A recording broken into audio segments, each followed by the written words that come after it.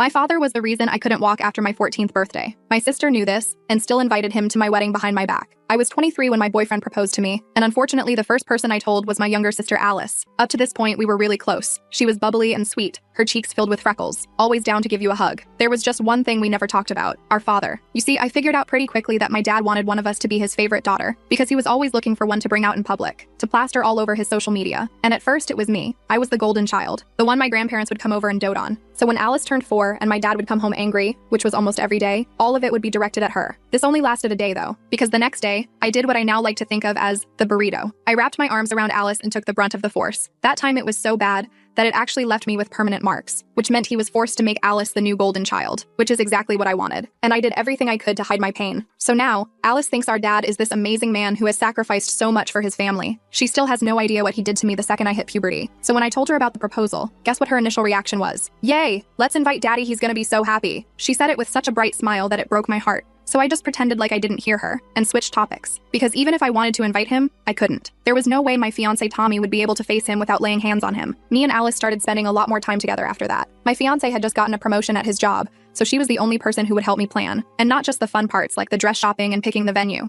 She helped me with every nitty-gritty detail, down to the types of decorative flowers and colors of the napkins. One day, after a particularly hefty week of party planning, we decided to have a girls' night in. We went all out. White wine, the most unhealthy food we could find on DoorDash, chocolate-covered strawberries, and the Disney movie Tangled. And I guess it is true that nothing good happens after 2 a.m., because that's when she brought up our dad again. I really wish you'd make more of an effort to spend time with him, Gertrude. He really loves you, you know. Her words sent goosebumps up my arms. I even had to hold back a shiver.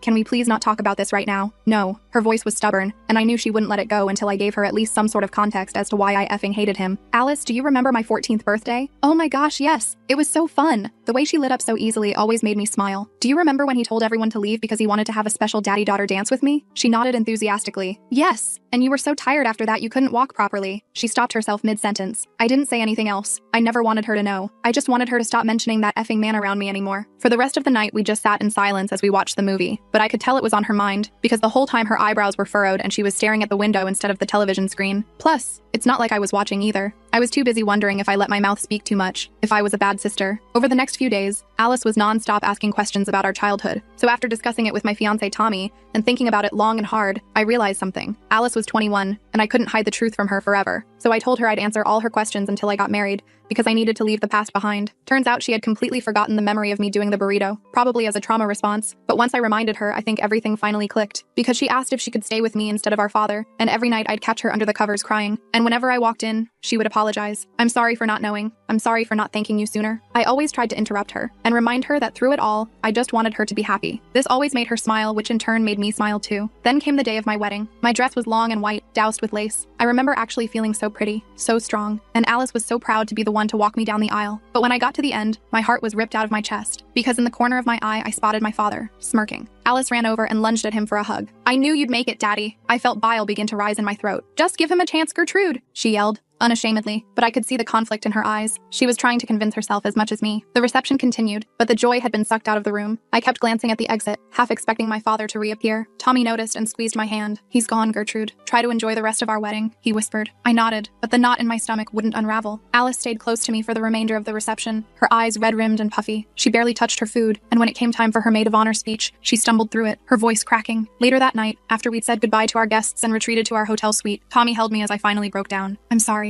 I sobbed into his chest. I'm sorry he ruined our wedding. Hey, nothing's ruined, Tommy said, stroking my hair. We're married, that's all that matters. But I couldn't shake the feeling that my father's appearance was just the beginning of something worse. His parting words echoed in my mind. This isn't over. The next morning, I woke to find Alice had texted me multiple times. I'm so sorry about yesterday. Can we talk before you leave for your honeymoon? Please, Gertrude. I need to explain. I'm at your apartment. I'll wait until you get here. Tommy and I weren't leaving for our honeymoon until the following day, so we headed back to our apartment. Alice was sitting on the floor outside our door, hugging her knees to her chest, her copper hair falling in tangled waves around her face. I've been so stupid, she said as soon as she saw me. Her eyes were swollen from crying, the freckles standing out starkly against her pale skin. I believed everything he told me. I helped her up and led her inside. Tommy made coffee while Alice and I sat at the kitchen table. He called me last month, she began, staring into her mug. Said he'd heard about the wedding through a family friend. He sounded different, remorseful. He told me he'd been in therapy, that he'd realized how badly he treated you. I felt my jaw tighten. And you believed him. I wanted to, she admitted, her voice barely above a whisper. He's our father. I thought if he could change, maybe we could be a real family. Alice, I know, she interrupted. I know now, but he was so convincing, Gertrude. He cried on the phone. He said his biggest regret was losing his relationship with you. Tommy snorted from the kitchen. Manipulative bastard. Alice nodded miserably. After you told me about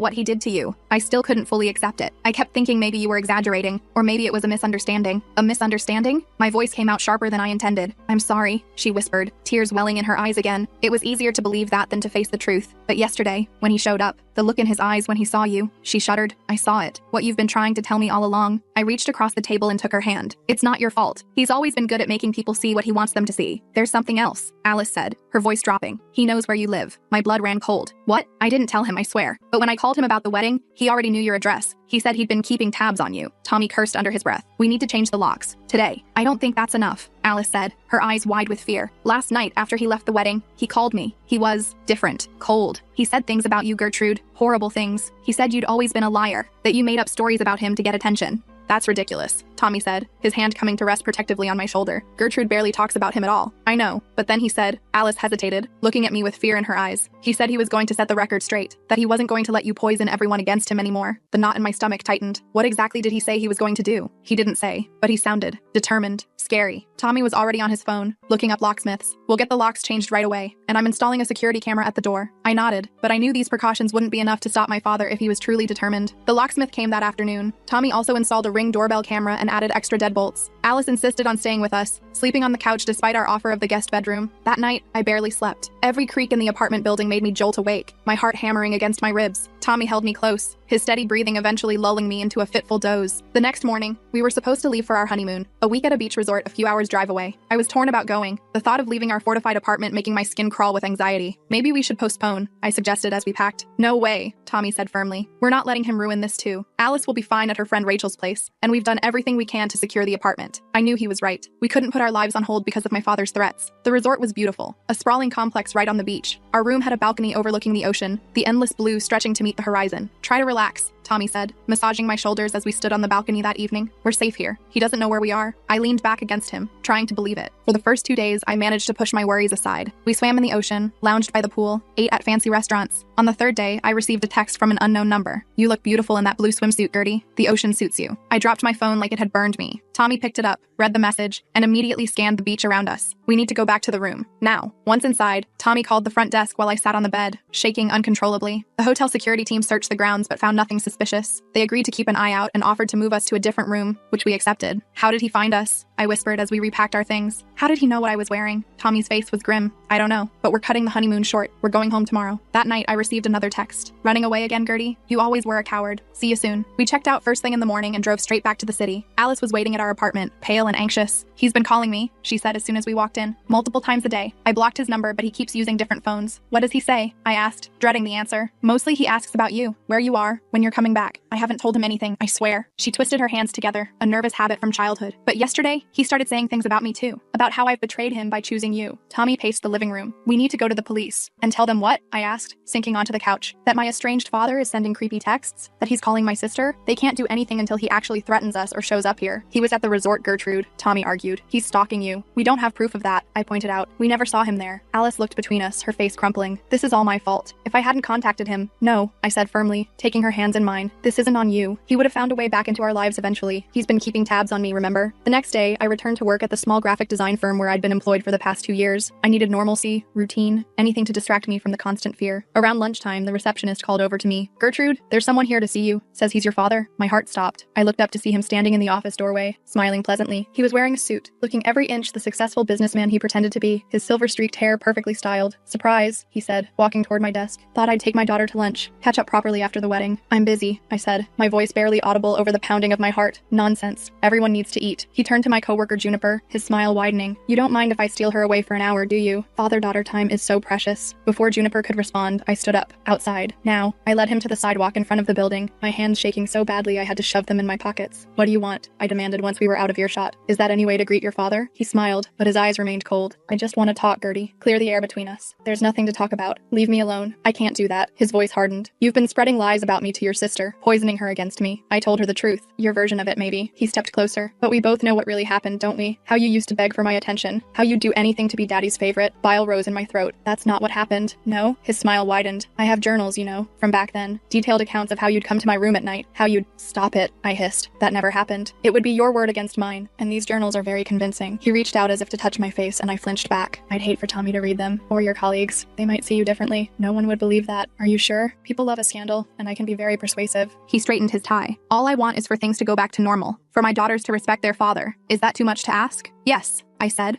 finding my voice. It is, because you're not a father. You're a monster. His expression darkened. Be careful, Gertie. You're playing a dangerous game. So are you. I pulled out my phone. I'm calling the police. He laughed. And telling them what? That your father wanted to have lunch with you? He shook his head. Think about what you're doing. If you push this, I'll have no choice but to defend myself. And that means telling my side of the story. With that, he turned and walked away, leaving me trembling against the wall. I called Tommy immediately, then texted Alice. We agreed to meet at home after work. That evening, the three of us sat in our living room, trying to figure out what to do. The takeout dinner Tommy had brought home sitting untouched. He's bluffing, Tommy insisted. These journals don't exist. But what if they do? Alice asked quietly. What if he's been planning this for years? I shook my head. Even if he has fake journals, who would he show them to? And why would anyone believe him over me? People believe what they want to believe, Alice said. He's charming, convincing. You saw how easily he won over people at the wedding. We need evidence, Tommy said. Something that proves what he really is. Like what? I asked. It's been years since I lived with him, and he was always careful not to leave marks where people could see them. Except once, the burrito incident. Those scars remained hidden under my clothes. Alice looked up suddenly, her eyes widening. The burrito. What? You said it left permanent marks, the time you protected me. I unconsciously touched my back through my shirt. The scars had faded over time, but they were still visible. Thin white lines crisscrossing my shoulder blades. Would that be enough? Tommy asked. Maybe not on its own, I admitted, but it's a start. The next day, I received an email from my father. The subject line made my blood run cold. For your consideration. Attached was a PDF. Scanned pages from what appeared to be a handwritten journal. The entries described in sickening detail a twisted version of my childhood where I was the aggressor, seeking my father's special attention. The handwriting was perfect, just like I remembered from birthday cards and school permission slips. The final page contained a note. I have dozens more like this. I'd hate for these to become public. Let's talk about how we can resolve this situation amicably. Dinner at my house, Friday at 7. Come alone. I forwarded the email to Tommy and Alice. Tommy called immediately, his voice tight with barely controlled rage. This is extortion. We're going to the police. With what? I asked. An email inviting me to dinner? These journals that make me look like the perpetrator? He's threatening you. Not explicitly. I inhaled deeply. I need to think about this. Alice called next, her voice breathless with excitement. I think I might have something, she said. Remember how Dad used to record everything? All those home videos he'd make of his golden child? I remembered. He'd been obsessive about documenting his perfect family image. I took some of those tapes when I moved out, Alice continued. I never watched them. They were just sentimental junk to me. But what if there's something on them? Something that shows how he really was? Hope flickered briefly. Where are they? In storage with my other stuff from his house. I can get them tomorrow. That night I couldn't sleep. I kept thinking about those journals, wondering if my father had really been writing his twisted version of events all these years, preparing for the day I might speak out against him. The next morning, Tommy was already on the phone when I woke up. Yes, that's right, he was saying. We need copies of all police reports filed at that address between 1998 and 2010. He paused. Yes, I understand they may not be available electronically. We're willing to come in person. After he hung up, he explained, I'm trying to find records of any calls to your childhood home, neighbors reporting disturbances, anything like that. I don't remember the police ever coming, I said. Maybe not when you were there, but it's worth checking. Alice arrived that afternoon with a cardboard box full of VHS tapes and DVDs. There are dozens, she said, setting the box on our coffee table. I have no idea what's on most of them. We spent hours going through the tapes, watching snippets of birthday parties, school events, and holiday celebrations. Most showed exactly what I expected. My father presenting his perfect family image to the world. Then Alice found one labeled simply, Gertie-13. This would have been right before. She trailed off, looking at me uncertainly. Play it, I said, bracing myself. The video showed me in our old living room, sitting stiffly on the couch while my father's voice came from behind the camera. Tell us about your day, Gertie. On screen, I looked uncomfortable. My adolescent body hunched as if trying to disappear. It was fine. Just fine. Nothing exciting happened to Daddy's special girl. I watched my younger self flinch at the phrase. No, Screen Me said quietly. Come on, Gertie. You know what happens when you're not cooperative. The camera zoomed in on my face. I could see the fear there now, plain as day, my eyes wide and wary like a trapped animal's. I got an A on my science project, I said finally. That's better. And who helped you with that project? You did. That's right. Daddy always helps his special girl, doesn't he? And what do you do for Daddy in return? On screen, tears welled in my eyes. I'm good. You're good how? Say it properly. I'm good for you. Only you. The video cut off abruptly. The three of us sat in stunned silence.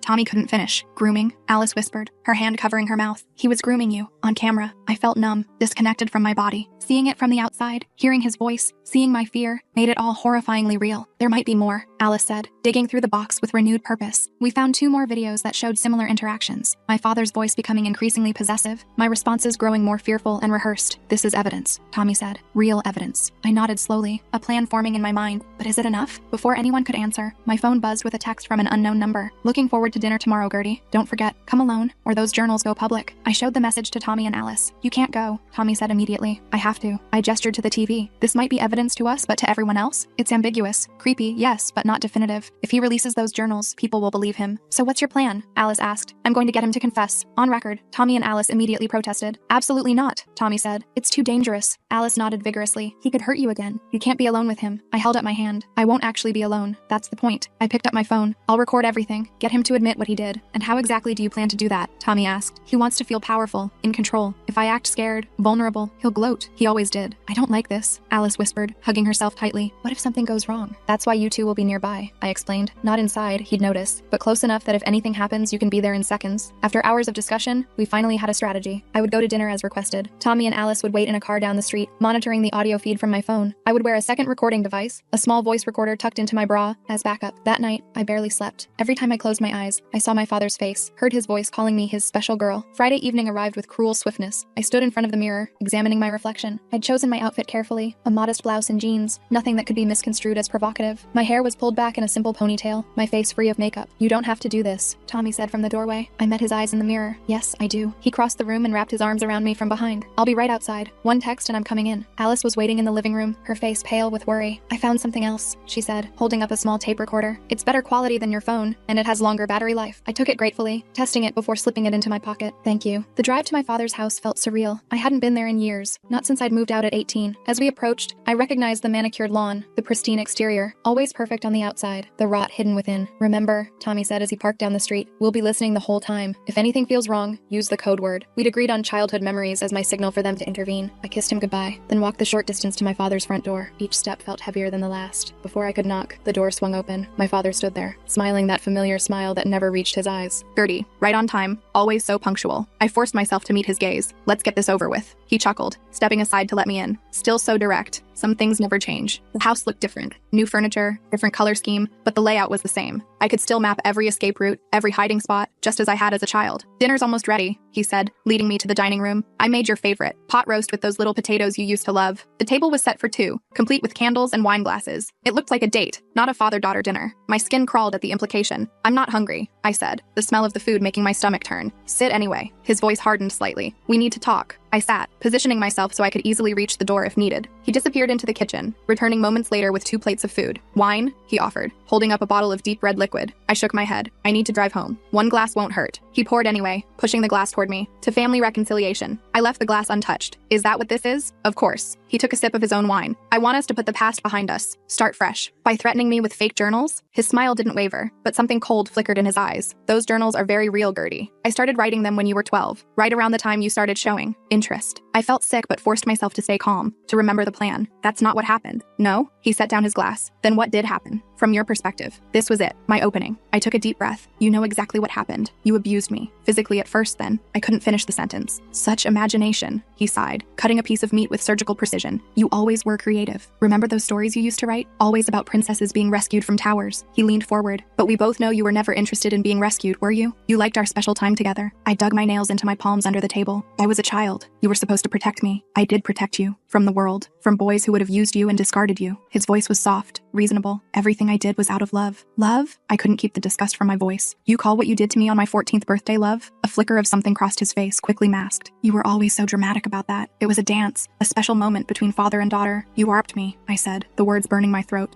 After everyone left, you took me to your bedroom and you whooped me. He set down his fork with deliberate slowness. Be very careful about what you're saying, Gertie. False accusations have consequences. They're not false. We both know what happened. What I know, he said, his voice hardening, is that you were always seeking attention, always trying to be special. And when Alice started getting more attention than you became desperate. I almost laughed at the absurdity. I wanted Alice to get attention. I protected her from you. Protected her? He raised an eyebrow. From what? From the beatings. From what you did to me when I hit puberty. I leaned forward. Remember the burrito? When I wrapped myself around her so you'd hit me instead? His expression darkened. That never happened. The scars on my back say otherwise. He waved a dismissive hand. Childhood accidents. You were always so clumsy. I pulled out my phone, placing it on the table between us. I have the videos, Dad. His hand froze halfway to his wine glass. What videos? The ones you made, where you're grooming me, calling me your special girl, asking what I do for you in return. Uncertainty flickered across his face. Those were private family moments. They don't prove anything. Maybe not on their own, but combined with my testimony, Alice's testimony, and the physical evidence, I touched my back meaningfully. It's enough. He was silent for a long moment, then smiled again, but it was different now, colder, more calculating. What do you want, Gertie? Money? Is that it? I want you to admit what you did. All of it. He laughed. And why would I do that? Because if you don't, I'm going to the police with everything I have. The videos, the scars, the witnesses who saw how you treated us. It might not be enough to convict you, but it will be enough to destroy your reputation, your career, your life. His eyes narrowed. You wouldn't dare. Try me. I held his gaze. Or you can admit what you did right now, and I'll consider keeping it between us. He took a long sip of wine, the silence stretching between us. And if I admit it, what then? You'll forgive me? We'll be one big happy family again? No, I said honestly, but I'll think about not pressing charges. He set down his glass and leaned back in his chair. Fine. You want me to say I hit you? I hit you. All parents disciplined their children back then. It was more than discipline. What do you want me to say? His voice rose slightly. That I was harder on you than I should have been? Fine. I was. But you were difficult. Stubborn. Just like your mother. I stayed silent, waiting. He needed to say it himself. After a long pause, he sighed. The burrito thing. Yes, that happened. Once or twice. But you're exaggerating how bad it was. And my 14th birthday? His jaw tightened. What about it? Tell me what happened after everyone left. We danced. That's all. That's not all. He stared at me for a long moment, then smiled slowly. You know, Gertie, I've always admired your persistence. Even as a child, when you wanted something, you wouldn't give up. He leaned forward. Is that what this is about? You want me to say I touched you inappropriately? That I forced myself on you? I didn't respond. Just waited. Fine, he said finally, his voice dropping to a near whisper. Yes, I had sex with you that night, and other nights. But you wanted it. You begged for it. You were always so desperate for my approval. My stomach lurched, but I forced myself to stay calm. I was 14, a child. You were mature for your age. You knew exactly what you were doing. Did I ask you to stop? He hesitated, then shrugged. Sometimes, but that was part of the game. You like to pretend to resist. It wasn't a game, I said quietly. I was terrified of you. Nonsense. You loved me. You still do, deep down. He reached across the table for my hand. I pulled away. I need to use the bathroom. He gestured toward the hallway. You know where it is. Once inside the bathroom, I locked the door and leaned against it, breathing deeply. I checked my phone. The recording was still going. I sent a quick text to Tommy. Got it. Coming out now. When I returned to the dining room, my father was refilling his wine glass. I'm leaving, I said. I have what I came for. He was on his feet in an instant, blocking my path to the door. What does that mean? It means I recorded everything you just said. I held up my phone. Your confession. About the abuse. About ARPing me when I was 14. The color drained from his face. You can't use that. I didn't consent to being recorded. Actually, this state has one-party consent laws for recordings. I only needed my own consent. I took a step back. Now move. I'm leaving. Give me the phone, Gertie. His voice was dangerously low. Number. He lunged forward suddenly, grabbing for my wrist. I twisted away, but he caught the edge of my blouse, yanking me back. Give me the damn phone! He shouted, his face contorted with rage. I stumbled backward, hitting the edge of the table. Wine glasses toppled, red liquid spreading across the white tablecloth like blood. Let go of me! I shouted, hoping Tommy and Alice would hear through the phone. My father's hand closed around my throat, his fingers digging into my skin. You ungrateful little bitch. After everything I've done for you. Black spots danced at the edges of my vision as I struggled to breathe. With my free hand, I reached blindly behind me, fingers closing around the stem of a wine glass. I swung it forward with all my strength. The glass shattered against his temple with a sickening crack. He staggered backward, releasing my throat. Blood trickled down the side of his face. You hit me, he said, sounding almost surprised. You actually hit me. I backed toward the door, keeping my eyes on him. Stay away from me. It's over. It's not over until I say it's over. He lunged again,